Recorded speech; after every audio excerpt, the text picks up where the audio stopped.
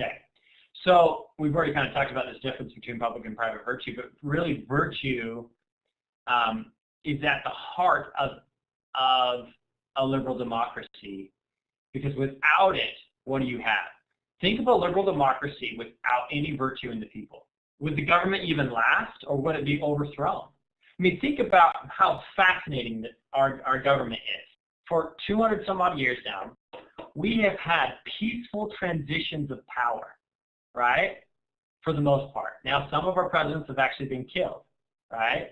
But we haven't had overthrows of our government. We even had an attempt at one point, right? With the South trying to secede, not an overthrow, but a secession, right? But our government is pretty dang stable, right? Republicans didn't rise up in 2012 and overthrow the government because their guy lost. It's scary to me that one of our people running has sort of threatened that. I think he does it kind of tongue-in-cheek, but still, it's freaky. You know what I mean? Like, how amazing is it that we live in a country that has peaceful transitions of power, and that President Obama, after 8 years, is like, hey, I'm ready to be done. Come on, the next person, right? Like, that's amazing. That's fairly rare in world history. Fairly rare in world history, right? You know, think of if no one follows any of our laws, parking laws, traffic laws, if you just did whatever, if we had no virtue and cooperation and of caring for each other, you would need a cop on every corner. Just think if the only reason why we ever followed any rules is because we didn't want to be punished.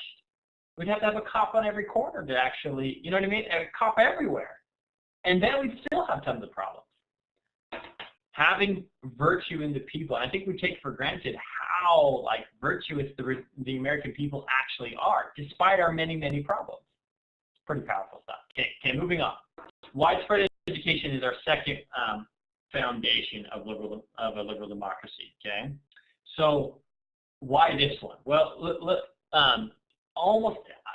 you could probably make an argument that it's just as important, maybe even more important, but at least they're equally important. You know what I mean? That not only having a people who are virtuous, but also people who are educated is, you know, extremely important in a democracy, because the people ultimately run the government. Hopefully, right? Like that's ultimately what we want. So we'd have to have a system of widespread education. How many people come from nowhere to become, I mean, look at President Obama, and I'm not like a big Obama fan or anything, but the fact that this kid raised by a single mother, right, and super poor kid becomes president of the United States is pretty amazing, right? I mean, it's pretty amazing that can happen. So let's look at some early versions in history of widespread education systems. Let's look at the Greeks. The Greeks had a fairly fascinating system, if you ask me. From ages 4 to 7, children were taught in the home by what's called a pedagogue. And all the pedagogue would really teach was simple morals and customs. Kind of teach them, you know, how to live in Greek society, morals and customs. Kind of interesting.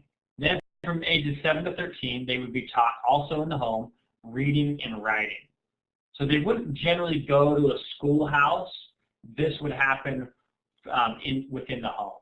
And this was a widespread educational system. So it was kind of a standard custom that all families, all peoples sought to meet. I'm sure plenty of people didn't always meet it perfectly, you know, but that's what families sought to meet, was you taught them morals and customs, and then you taught them in reading and writing. And by the time they were 13, then they would leave home and usually go to a schoolhouse every day, and this is where they would be taught the sciences, rhetoric, and math. So they needed a foundation of reading and writing, and then they could go be taught the sciences of rhetoric and math. Okay? And that was kind of their secondary or their high schoolish, you know, time period. Okay. Also, throughout all of this is exclusive for Greek boys. Greek boys would go to a gymnasium every day and do physical education. And this is essentially where they would be taught, you know, they would play games and so forth, but be taught to be physically vigorous and prepare for war, essentially. It was kind of like the end game of the gymnasium, right? So it's only for Greek boys. It began with their elementary education or in their young years. They were taught together in the community by what's called the Paedo tribe, your first version of a gym teacher. And the gymnasium training was not finished until completion of secondary training at about 18 years old. Okay, and then you also had kind of university-ish like system where you could get ephebic training, which was education and preparing for a military career.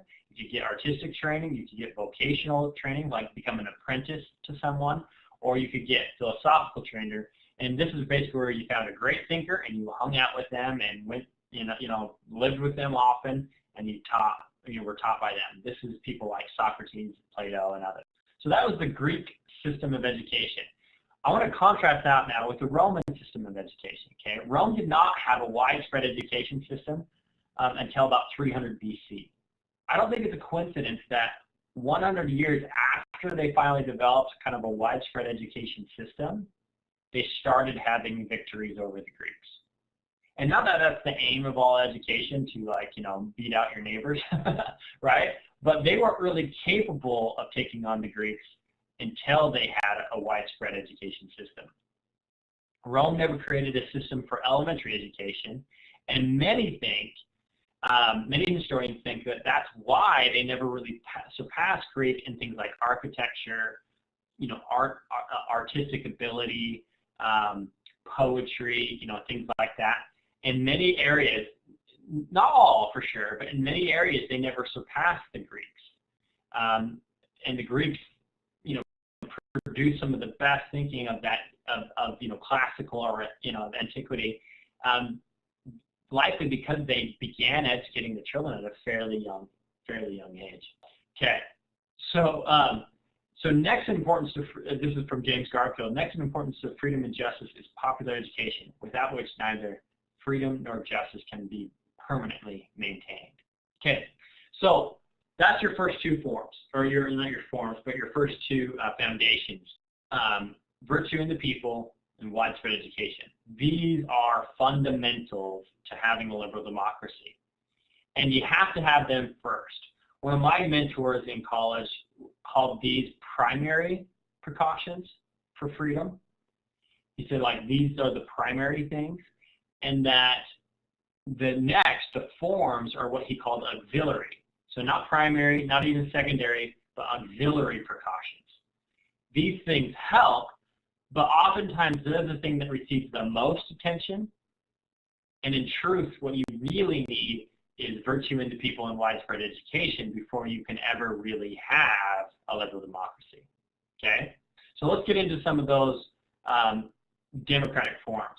In fact, I'm going to skip this real quick and just jump right in, okay, just for sake of time.